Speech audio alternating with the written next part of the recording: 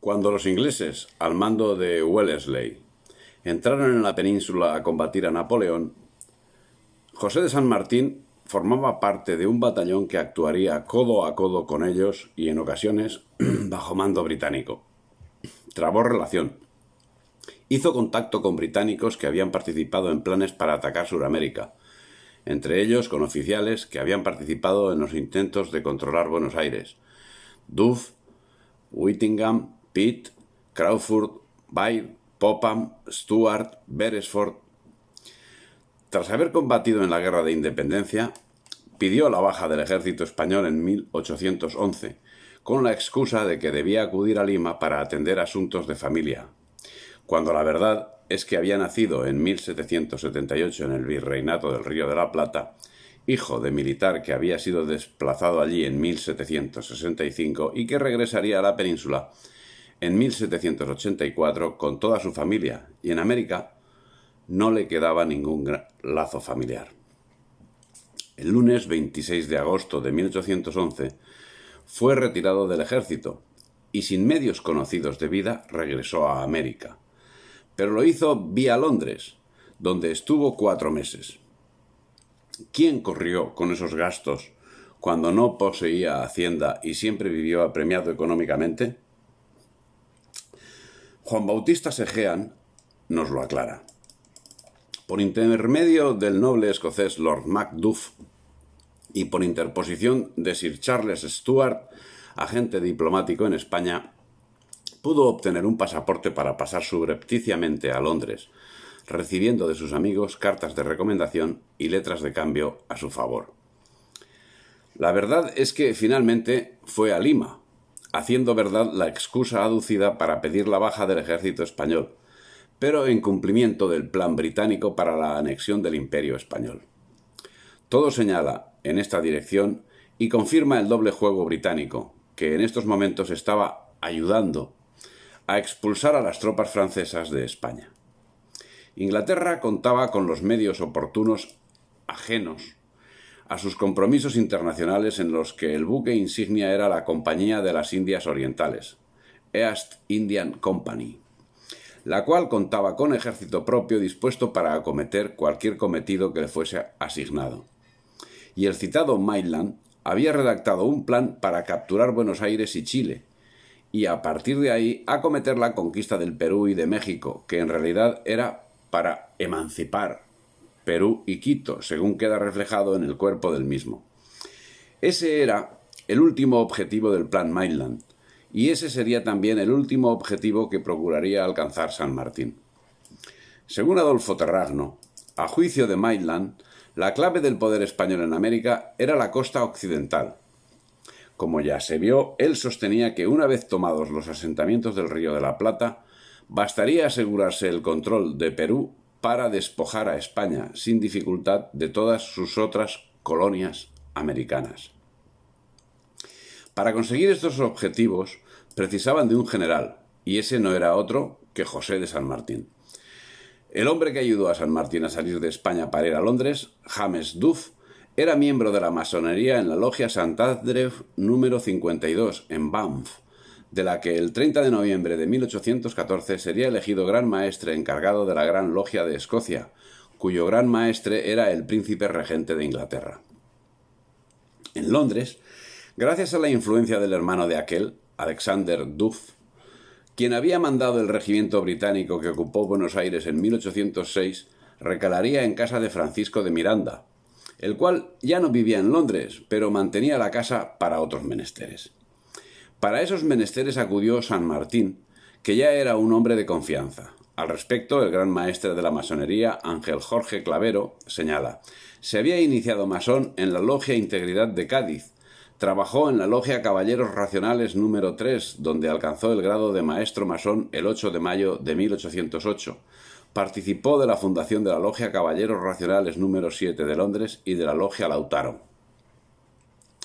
El 13 de marzo de 1812 desembarcaba en Buenos Aires, llevado por ingleses y rodeado de ingleses. Con San Martín llegaron a Buenos Aires otros militares a ofrecer sus servicios: Francisco Vera, José Zapiola, Francisco Chilabert, Carlos Alvear, Antonio Arellano, barón de Holmberg. Eran 18 en total. Una vez desembarcado en Buenos Aires, era mirado con recelo por los separatistas, que veían en él a un militar fiel a la patria. Pero pronto los hermanos masones le abrieron las puertas y le acompañaron en sus acciones. Al objeto de influir en los medios públicos, políticos y militares, San Martín funda en Buenos Aires la Logia Lautaro, que adoptaba ese nombre por el indio araucano que Ercilla, en la Araucana, cita como caudillo de la rebelión que tuvo lugar en el siglo XVI en Chile. Según Emilio Gouchón, que fuera gran maestre y gran comendador de la masonería argentina, adoptaron signos, fórmulas, grados, 5 grados, y juramentos de tipo masónico. Lautaro empezó como un triángulo creado por Alvear, San Martín y Zapiola, y los hermanos, que así se llamaban entre ellos, utilizaban en su correspondencia el símbolo de la cadena de unión, abreviaturas y la firma acompañada por los 3 puntos. ¿Cuándo se unió San Martín a la masonería? Alcibíades Lapas sostiene que fue iniciado hacia 1808 en la Logia Integridad de Cádiz y que posteriormente se afilió a la Logia Caballeros Racionales número 3. Una vez en Londres, a la cual llegó después de pedir la baja del ejército español, como queda dicho, participó de la fundación de la Logia Caballeros Racionales número 7. El general Zapiola abona esta militancia cuando señala: en Londres asistí a la sociedad establecida en la Casa de los Diputados de Venezuela. Allí fui ascendido al 5º grado, como lo fue el general San Martín. Su trayectoria, no obstante, y según el maestre Ángel Jorge Clavero, sería más larga en la masonería. Inspiró la Logia del Ejército de los Andes, de la que fue su venerable maestro. La Logia Paz y Perfecta Unión, de Lima. Integró la Logia Perfecta Amistad, en Bélgica, y la Logia de Ivry, en Francia. En 1813 lideró el regimiento Granaderos a caballo, que derrotó a los realistas en la batalla de San Lorenzo. Mauricio Javier Campos, miembro del Centro Argentino de Estudios Masónicos, señala que en 1814 San Martín funda la Logia Lautaro de Córdoba y luego la Logia Lautaro de Mendoza. También funda la Logia del Ejército de los Andes y en 1822 la Logia Paz y Perfecta Unión número 1 de Lima.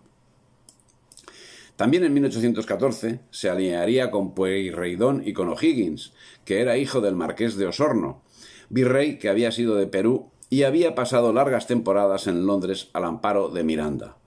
Entraría en Chile, donde, siguiendo con el plan británico, organizó una armada suministrada por Inglaterra y servida por marinos británicos, cuyo comandante era Lord Cochrane, lógicamente también inglés, el cual se dirigió a la toma de Perú.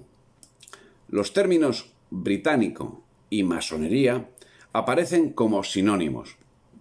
Así, cuando en 1815 San Martín ejercía de gobernador intendente de Cuyo, un nutrido grupo de británicos que vivían en Mendoza, donde habían sido desterrados como consecuencia de las invasiones inglesas de 1806 y de 1807, formó la Compañía de Milicias Patrióticas de Cazadores, la cual formaría parte del Batallón de Cívicos Blancos, cuya misión era la defensa de los posibles ataques realistas, y finalmente conformaron el Ejército de los Andes, que en enero de 1817 cruzaría la cordillera conforme al plan británico, que, como hemos visto, había sido gestado por Maitland, personaje con el que, al parecer, San Martín tuvo contactos durante su estancia en Inglaterra, plan que, según se desprende del desarrollo de la campaña de San Martín, fue seguido al pie de la letra, pues coinciden en lo referente a la toma de Mendoza y en lo referente al paso de los Andes, a la campaña de Chile y la acometida marítima contra Perú. Los británicos, en el plan citado, entendían que un golpe de mano sobre el puerto del Callao y la ciudad de Lima podría resultar probablemente exitoso, y los captores podrían obtener mucha riqueza. Pero ese triunfo, a menos que fuéramos capaces de mantenernos en el Perú, terminaría provocando la aversión de los habitantes a cualquier conexión futura, de cualquier tipo, con Inglaterra. Ese efecto quedaría contrarrestado si la acción era llevada a cabo por los libertadores. El primer paso se daría en Buenos Aires el 8 de octubre de 1812, deponiendo al cabildo que, de hecho, ya actuaba de forma independiente. El cumplimiento del plan, por otra parte, y como ya venimos señalando en otros asuntos, como en el caso de Bolívar, por ejemplo, estaba supervisado por personal inglés cualificado.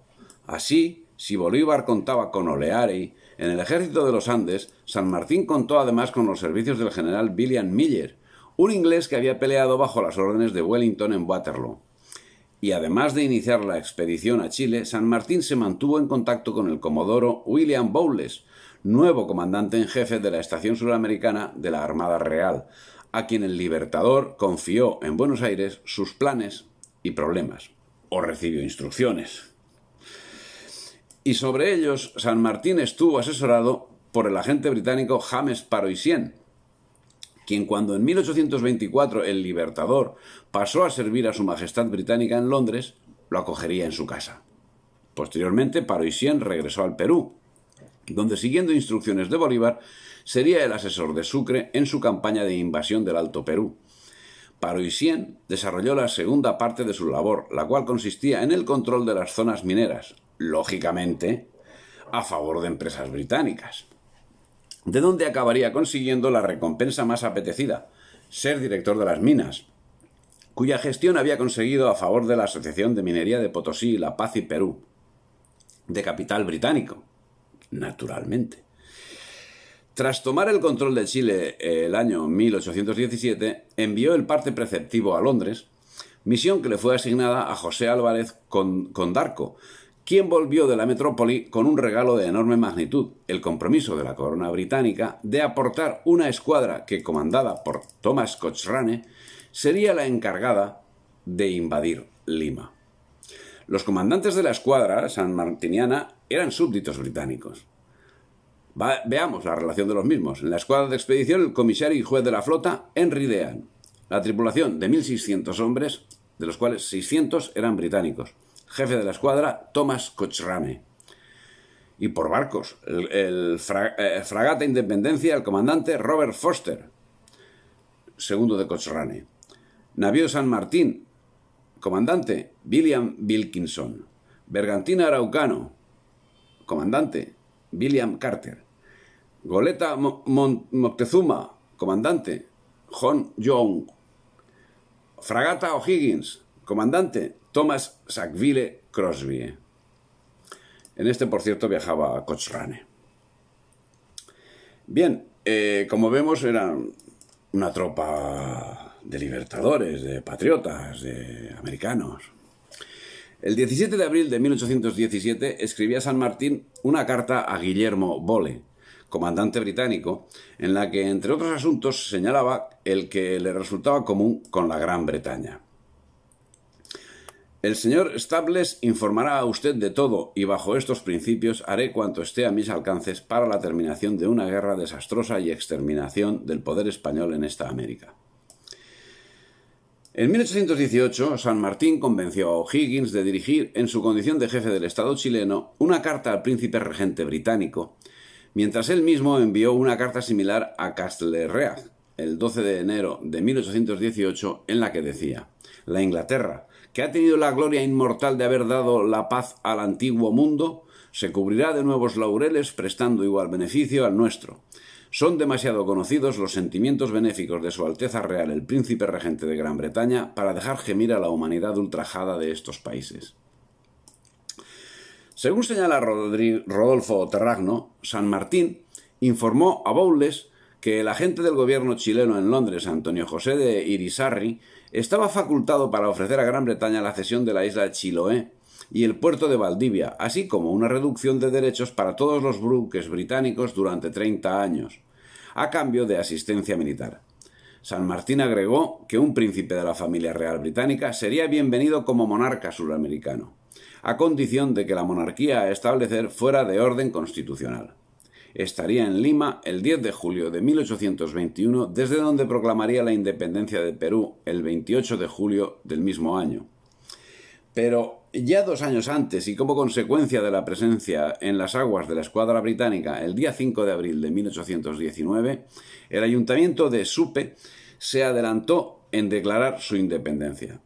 Dice Juan Bautista Segean: no deberíamos ser nosotros los satisfechos, los gratificados, los orgullosos por la campaña de San Martín en Sudamérica, sino los ingleses. No es casual que al regresar a Londres en 1824, Lord Duff lo haya homenajeado como a un compatriota que vuelve victorioso a casa. Y de eso se trataba, porque su labor militar y política sirvió al engrandecimiento del imperio, mejor dicho, del emporio de su majestad.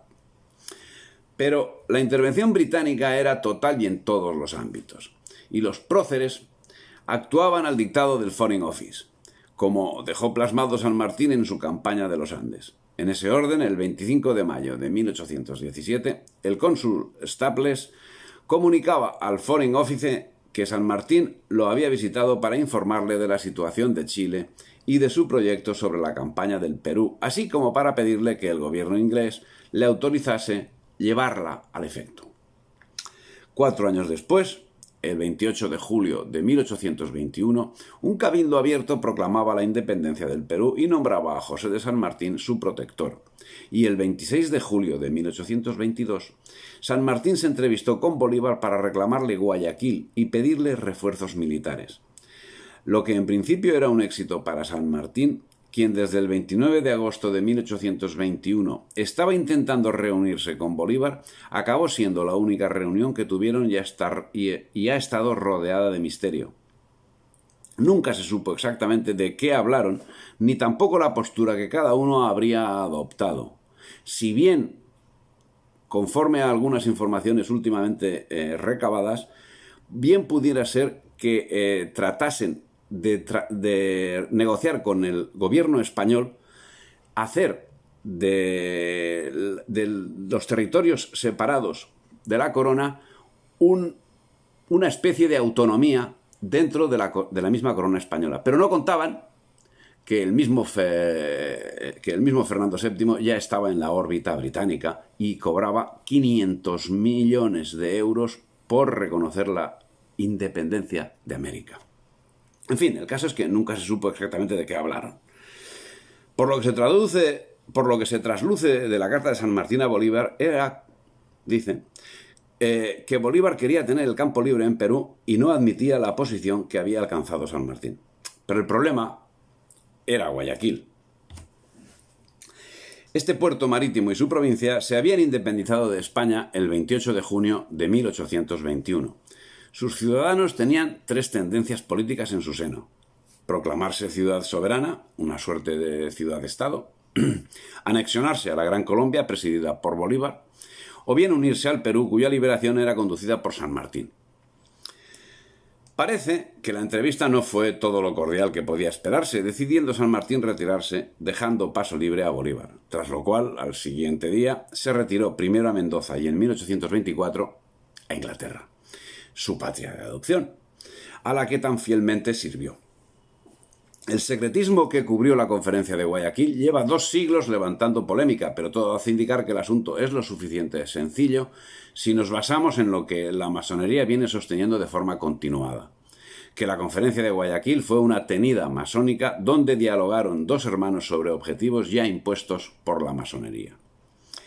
El secretismo del asunto nos hace suponer que efectivamente ese fue el centro de la reunión, donde San Martín tuvo que ceder, dado el mayor grado que ostentaba Bolívar. Tras la tenida y tras pasar por Buenos Aires, San Martín marcharía a Europa para no volver nunca más a América.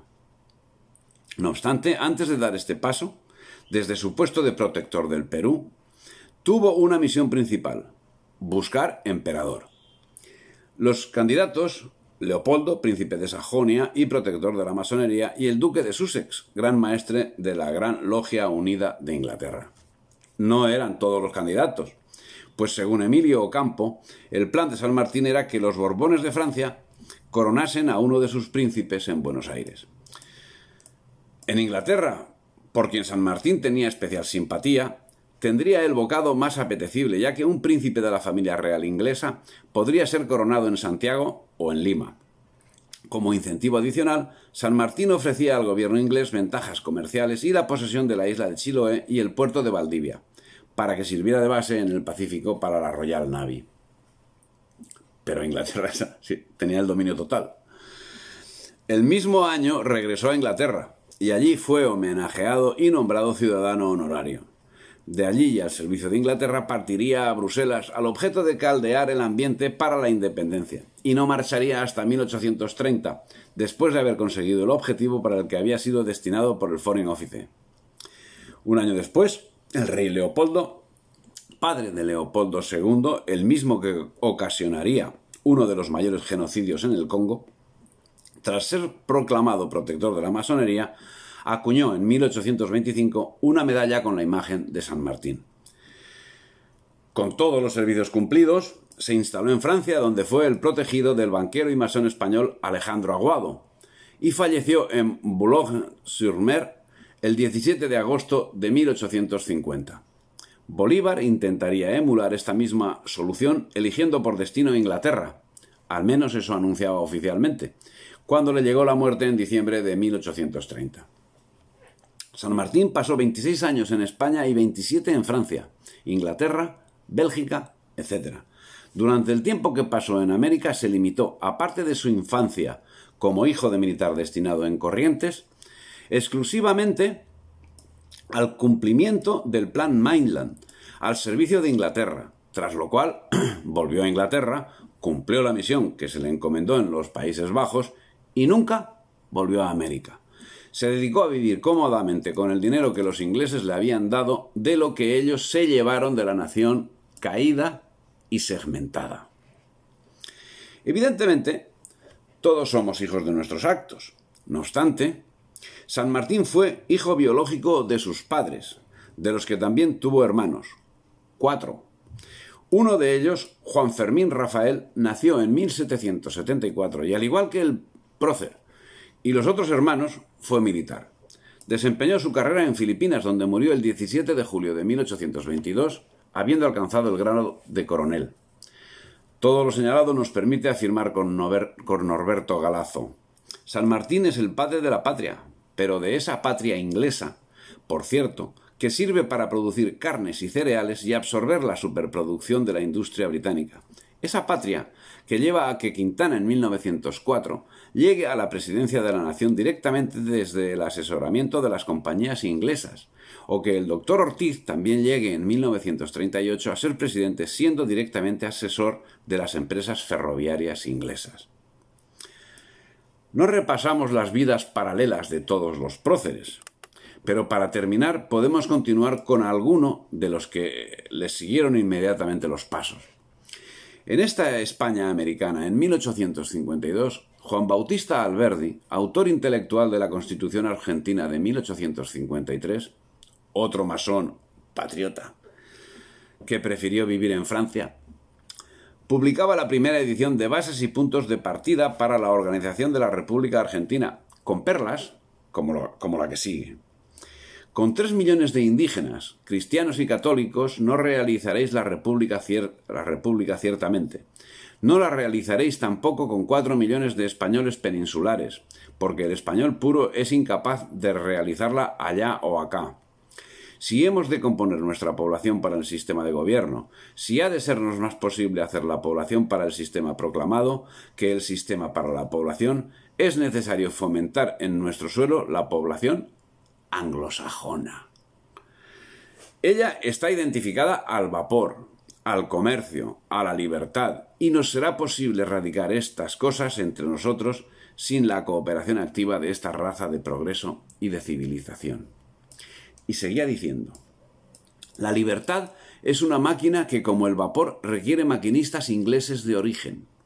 Sin la cooperación de esa raza es imposible aclimatar la libertad en parte alguna de la tierra. Para seguir afirmando: aunque pasen 100 años, los rotos, los cholos o los gauchos no se convertirán en obreros ingleses. En vez de dejar estas tierras a los indios salvajes que hoy las poseen, ¿por qué no poblarlas de alemanes, ingleses y suizos? ¿Quién conoce caballero entre nosotros que haga alarde de ser indio neto? ¿Quién casaría a su hermana o a su hija con un infanzón de la Araucanía y no 1000 veces con un zapatero inglés? Su adscripción al modelo racista británico afirmaba: haced pasar el roto, el gaucho, el cholo, unidad elemental de nuestras masas populares por todas las transformaciones del mejor sistema de educación. En 100 años no haréis de él un obrero inglés que trabaja, consume, vive digna y confortablemente. Y menospreciando la realidad cultural que a lo largo de los siglos había marcado la hispanidad como centro de la cultura, que en las mismas ciudades americanas hoy pervive en el urbanismo hispánico, y en las 3 docenas de universidades dispersas por toda la geografía, afirmaba: en Chiloé y en el Paraguay saben leer todos los hombres del pueblo, y sin embargo son incultos y selváticos al lado de un obrero inglés o francés que muchas veces no conoce ni la O. Evidentemente, prefería la situación de Inglaterra, donde la asistencia en las escuelas de día había alcanzado a una persona de cada 8,36 del total de la población en 1851, y la de Estados Unidos, que, como señala Dulce María Granja Castro, para 1776, año de la independencia de las 13 colonias norteamericanas, éstas solo habían fundado 9 colegios, ninguno de los cuales era una verdadera universidad. Para esa fecha, la Universidad de México, después de haber funcionado sin interrupción durante 225 años, ya había otorgado más de 1.200 grados de doctorado y maestría y 30.000 grados de licenciatura. De una Inglaterra que, sin embargo, y en boca de Daniel Oreari, se atrevía a proclamar que fue especial cuidado de la política española no solo mantener a los americanos en la ignorancia, sino aumentarla, poniendo trabas a la inteligencia y perpetuándola por medio de la superstición. La verdad es que todo hace indicar que ese aserto es radicalmente cierto, pero aplicado a la España de 2021, cuando se halla dormida por el espíritu británico. La venta, que ya se había formalizado 40 años antes, era manifiestamente apoyada por los nuevos siervos. Proteged empresas particulares, fiscales jamás, para la construcción de ferrocarriles, colmadlas de ventajas, de privilegios, de todo favor imaginable sin detenernos en medios.